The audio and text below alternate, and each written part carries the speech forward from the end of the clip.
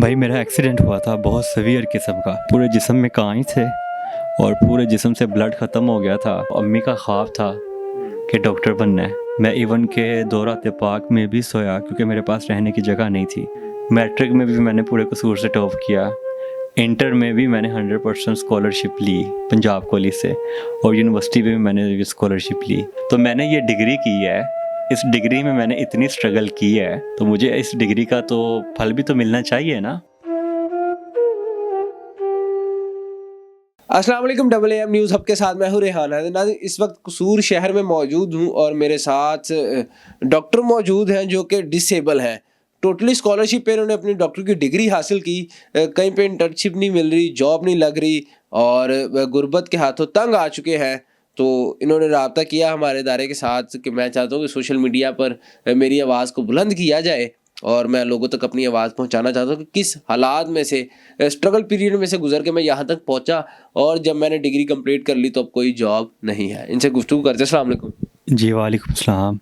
नुमान भाई कैसे हैं? अल्लाह का शुक्र, आप सुनाएं, आप कैसे हैं? जी अल्हम्दुलिल्लाह। नुमान भाई सबसे पहले तो ये बताइएगा, ये जो आपकी डिसेबिलिटी है ये बाय बर्थ है या कोई एक्सीडेंट हुआ बाद में? भाई मेरा एक्सीडेंट हुआ था बहुत सीवियर किस्म का।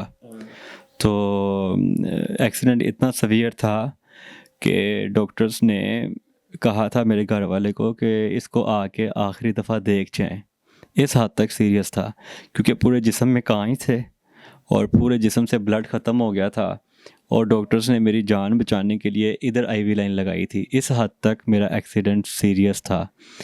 तो उस एक्सीडेंट में ये हुआ कि पहले 2 साल में बिल्कुल बेड पे ही रहा था। बेड पे ही मैं खाना खाता था, बेड पे ही मैं वॉशरूम करता था। इवन कि मेरी अम्मी तक मुझे वॉशरूम करवाती थी। मैं खुशी गमी हर चीज़ से दूर हो गया था पक्का पक्का। तो उस एक्सीडेंट में मेरी टोटल 5 बोन्स फ्रैक्चर हो गई थी और इधर से स्किन भी ख़त्म हो गई थी टोटली। तो 3 हाथ की मेरी उंगलियां फ्रैक्चर हुई थी। एक मेरी इधर से बाजू की फ्रैक्चर हुई थी जो कि आप देख सकते हैं ये, और इधर से एक हिप जॉइंट की बोन फ्रैक्चर हो गई थी जिसको हम कूल्हे की हड्डी कहते हैं, जिसको हम गोला भी कहते हैं, चूकने की हड्डी, कुछ भी नाम दे दें। तो डॉक्टर्स ने इधर शिकंजा लगा दिया था बड़ा सा। वो शिकंजा लगाने की वजह से ये हुआ कि मेरी बोन में ना इन्फेक्शन हो गया था बहुत सीवियर, जिसको हम MRSA इन्फेक्शन कहते हैं। तो उस इन्फेक्शन की वजह से डॉक्टर्स ने मेरी वो हिप जॉइंट की बोन को काट दिया था।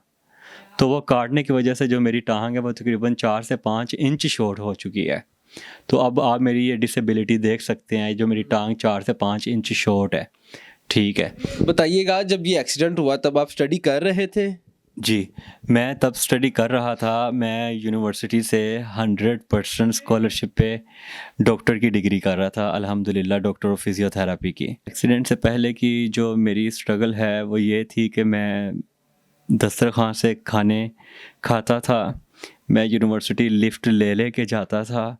मैं इवन के दौरात पाक में भी सोया क्योंकि मेरे पास रहने की जगह नहीं थी। मैं फिर एक हॉस्टल में गया, वहाँ पे मैंने उनको रिक्वेस्ट की कि मेरे पास पैसे नहीं है तो आप मुझे ना जगह दे दें रहने के लिए।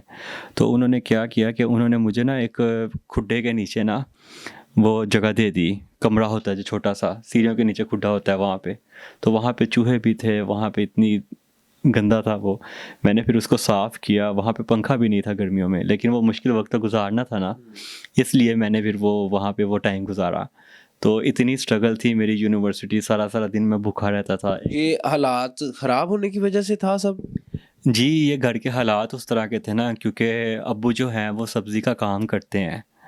तो रोज़ का 200-400 रुपये कमा लेते हैं घर के बाहर ही वो थड़े पे। ठीक है, और अम्मी जो हैं वो घर में सिलाई करती हैं कपड़े। ठीक है, तो घर के हालात इस तरह से थे कि इवन कि हमें महीने का राशन तक कोई लेके देता है। ठीक है, कभी हांडी बन जाती है, कभी नहीं बनती।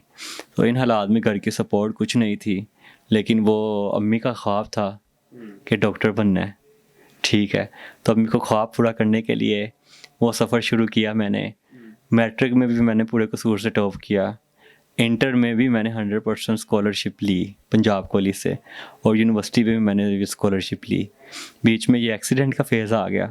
इस एक्सीडेंट के फेज़ में फिर ये हुआ कि पहले 2 साल मैं बिल्कुल बेड पे रहा। डॉक्टर्स के मुताबिक ये मौजज़ा था कि ये तो बेड से हिल भी नहीं सकता था, उठ भी नहीं सकता था, तो ये माशाल्लाह इस काबिल हो गया कि ये व्हीलचेयर पे बैठना शुरू हो गया है। फिर आपने अपनी डिग्री कंप्लीट कर ली, डिग्री अभी आपके हाथ में मौजूद है, तो जब नौकरी के लिए कहीं जाते हैं तो क्या वजह बनती है कि आपको नौकरी नहीं दी जाती या कोई आपको इंटर्नशिप पे भी नहीं रख रहा?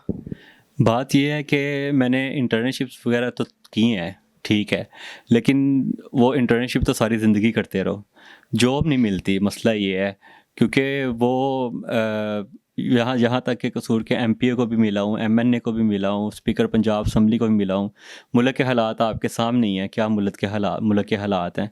तो उन हालात में जो सा ना इतनी स्ट्रगल की है मैंने, इतने धक्के खाए हैं, हर जगह पे मैं गया हूँ, हर जगह पे जाके मैंने रिक्वेस्ट किया है, यहाँ तक कि हुकूमत के पास भी आपको बता रहा हूँ गया हूँ, तो कहीं से कोई सिस्टम बन ही नहीं पा रहा। बड़ी कोशिश की है मैंने उस चीज़ की, मेरे पास डिग्री मौजूद है, हर चीज़ मौजूद है, तो ये हालात ही कुछ इस तरह के हैं जिसकी वजह से मैं भी बीच में फैसिलिटेट नहीं हो पा रहा, मुझे भी जॉब वगैरह नहीं। घर का गुजर बसर कैसे चल रहा है? क्योंकि आपने बताया कि सबसे बड़े आप ही हैं, तो जब आप ही घर में बैठेंगे और वालिद का भी थोड़ा सा छोटा सा रोज़गार है, तो किस तरह से गुजर बसर हो रहा है? बहुत मुश्किल है, बहुत ज़्यादा मुश्किल है भाई घर का गुजर बसर, क्योंकि आपको बताया ना कि महीने का राशन हमें कोई लेके देता है, ठीक है, वो जब ख़त्म हो जाता है तो फिर इतनी तंगी होती है, ठीक है, इसीलिए मैनेज करना पड़ता है। कभी हांडी बना ली, एक हांडी को 2-2 दिन कर लिया हमने, तो इस तरह से होता है। कभी घर में दूध आ जाता है, कभी नहीं आता, कभी कोई किसी को पीना नसीब हो जाता है, कभी नहीं होता, तो गुजर बसर तो भाई बहुत मुश्किल है। अब आप क्या चाहते हैं? सोशल मीडिया पर आ गए हैं आप, अब आप क्या चाहते हैं, किस तरह से आपकी हेल्प की जाए? जी भाई, मैं ये चाहता हूँ कि देखें, अल्लाह ताला ने बहुत लोगों को नवाजा हुआ है, ऐसे लोग भी मौजूद हैं दुनिया में। तो अपने तौर पे मेरी ज़िंदगी के तकरीबन 15 से 20 साल स्ट्रगल के हो गए हैं, तो अब मैं अपनी ज़िंदगी से थक गया हूँ, मैं हार गया हूँ हिम्मत, अब मुझ में मज़ीद हिम्मत नहीं रही ज़िंदगी से लड़ने की। तो अब मैं सोशल मीडिया से ये चाहता हूँ, जितने भी मेरे बहन भाई हैं, जितने भी आंटी अंकल हैं, जितने भी मुखय्यर हजरात हैं, वो मेरी आवाज़ बने, मुझे सपोर्ट करें, मुझे पाँव पे खड़ा करें। मैं भी खुशियाँ देखना चाहता हूँ, मैं भी मंजिल पे पहुँचना चाहता हूँ। मेरे भी ख्वाब हैं, माँ के ख्वाब हैं, जो ख्वाब पूरे करने हैं कि इसी उम्मीद पे डिग्री की थी ना कंप्लीट, के कल को अम्मी का सहारा बन जाऊँगा। तो डिग्री कंप्लीट किए भी 4-5 साल हो गए हैं, तो रुलने के लिए डिग्री तो नहीं की थी ना मैंने, बात ये है। तो मैं यही चाहता हूँ कि सारे मेरी आवाज़ बने, मुझे सपोर्ट करें। मैं इन सब का भाई हूँ, इन सब का बेटा हूँ, तो मेरी आवाज़ जितने भी ये मुखय्यर हजरात हैं सब तक पहुँचे। आप लोग मुझे सपोर्ट करें।